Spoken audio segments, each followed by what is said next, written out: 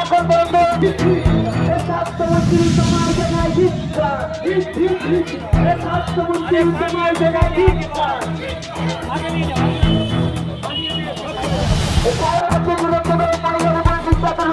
মহিলা মুখ্যমন্ত্রী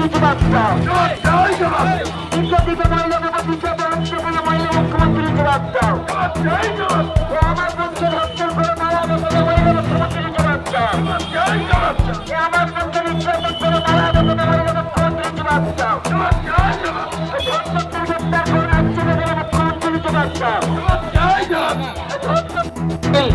justice for RG Kar এই বিষয়ে আপনারা জানেন, সারা রাজ্য জুড়ে সাধারণ মানুষ নেমেছে, পথে আন্দোলন করছে।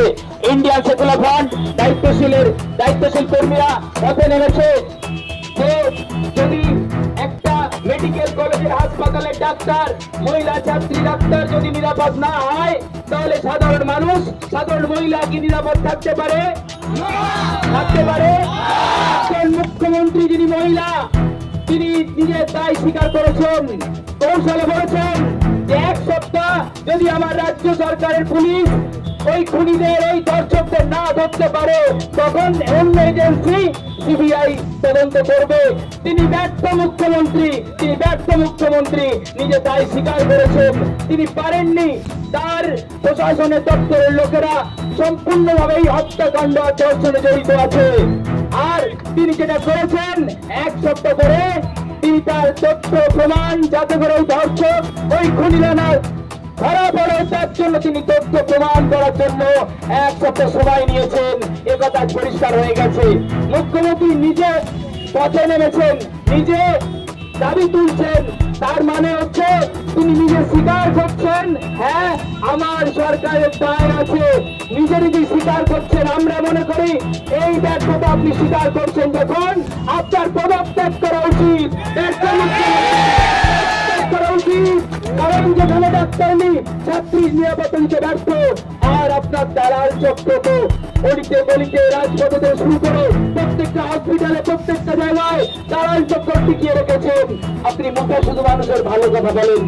আমরা আপনাদের হুঁশিয়ারি দিতে চাই, আপনারা দেখছেন সারা রাজ্যে যেভাবে মানুষ ডাক্তারদের পাশে আছে, যেখানে মানুষ গেলে নিরাপত্তা পায়, চিকিৎসা পায়, জীবন রক্ষা পায়, আর সেইখানেতেই চিকিৎসকরা হত্যা হয়ে যাচ্ছে। নির্লজ্জ এই সরকারকে আমরা ধিক্কার জানাই। মুখ্যমন্ত্রী আমরা মনে করি তার সঙ্গে জড়িয়ে আছে সমস্ত তৃণমূল কংগ্রেসের নেতা মন্ত্রীরা, তারা এই সমস্ত দালাল চক্রে জড়িয়ে আছে।